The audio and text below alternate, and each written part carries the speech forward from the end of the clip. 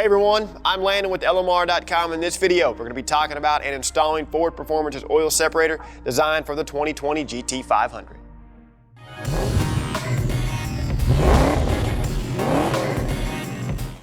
So this Ford Performance oil separator should definitely appeal to the 2020 GT500 owner out there who did not swing for the fences on the nearly $18,000 carbon fiber track package option. This is the exact same oil separator that Ford includes with that track package, so fit and finish is going to be right on the money.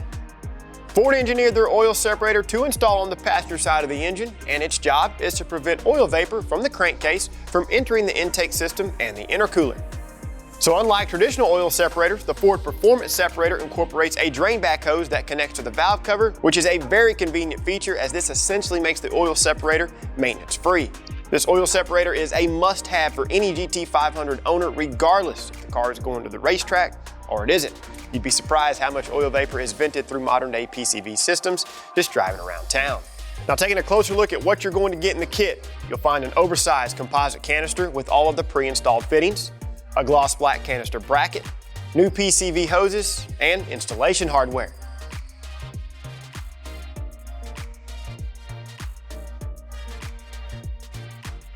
Ford says that this oil separator will fit 2020 GT500s as well as 2011 to 2017 Coyote engines and 2015 to 2019 Voodoo engines when using the GT500 style aluminum valve covers. Of course, depending on your setup, further modification may be required.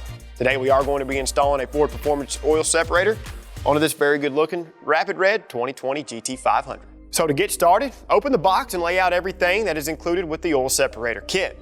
Open the hood and locate the retention straps and the standoffs on the passenger side valve cover. Cut the straps and then remove each standoff.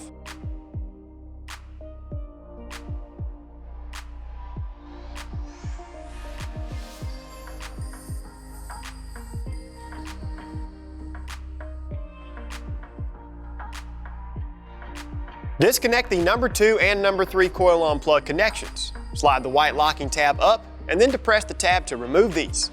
Reroute the wiring harness below the main harness and reconnect the electrical connector. Slide the locking tab back into place. Do this for cylinder number 3 as well. Verify that the main harness running the length of the valve cover is pushed up to gain clearance for the canister bracket. Position the canister bracket into place and install it onto the 3 valve cover studs.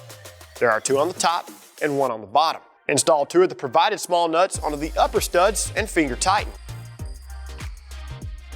Because of the location of the lower stud, a magnetic socket will help hold the nut during installation. If you don't have a magnetic tip socket, tear a piece of paper into small sections and then jam the nut with the paper into an 8mm socket.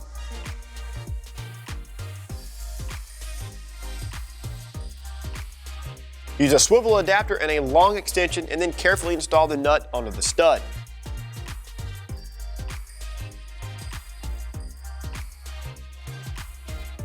Go ahead and fully tighten all the nuts with an 8mm socket.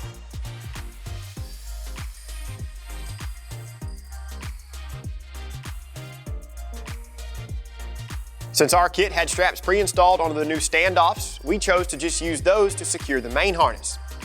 Route the strap around the harness and feed it through the locking mechanism. Push the standoff onto the stud in the valve cover. Do this for the other strap and standoff. You can go ahead and leave these loose. Install the smaller push pin tie strap onto the transmission wiring harness. Route the strap around the harness and then feed it through the locking mechanism. Install the push pin into the tab on the bracket and then pull the strap to tighten it. Because of the tight working space, you may or may not be able to cut the strap. Remove the PCV breather hose that connects the fitting in the valve cover to the supercharger. Lift up on the small blue tabs and then pull back to remove them from the fittings. Remove the PCV fitting in the valve cover. Gently lift up on the coil cover and rotate the fitting counterclockwise with a 15/16 open-end wrench to loosen it from the valve cover. You can remove it the rest of the way by hand. Install the provided PCV fitting into the valve cover. Rotate it clockwise by hand and then fully seat the small tabs by rotating with a 1 1/16 open-end wrench. Connect the provided PCV hose to the rear inlet port on the oil separator canister. This is the hose that has the two 90-degree fittings. To ensure that the hose is installed correctly, hold the canister in position to verify hose orientation. Before you install the canister, pull the tie straps tight on the main harness near the valve cover and then cut the straps. Install the canister onto the bracket by sliding the canister into place over the 3 tabs. Connect the PCV hose to the fitting in the valve cover and then hand tighten the 10mm retaining bolt.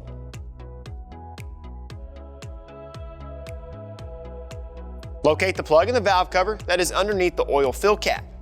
Loosen and remove this plug with a 1/4-inch Allen socket. Install the 90-degree fitting and then hand tighten 4 turns so that the fitting is perpendicular to the valve cover.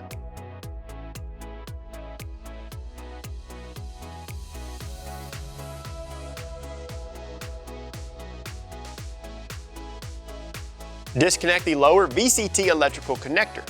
Slide the locking tab up and then depress the tab to remove it. Go ahead and tighten down the jam nut and then torque it to 16 pound-feet.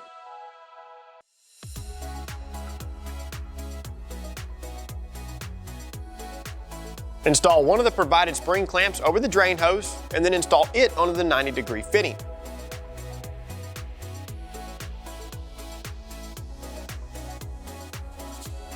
Bottom out the hose against the base of the fitting and then slide the clamp into place. Position the clamp so that it's easy to remove if this ever needs to be serviced. Install another clamp onto the hose and then slide it onto the fitting in the oil canister. Position the clamp into place. Double check to ensure the hose is not contacting the oil fill cap or it is not kinked, which will hinder drain back. Reconnect the VCT electrical connector and slide the locking tab down. Install the remaining PCV tube to the supercharger and to the top of the oil separator. The shorter end of the tube will connect to the supercharger. After that, you're good to go.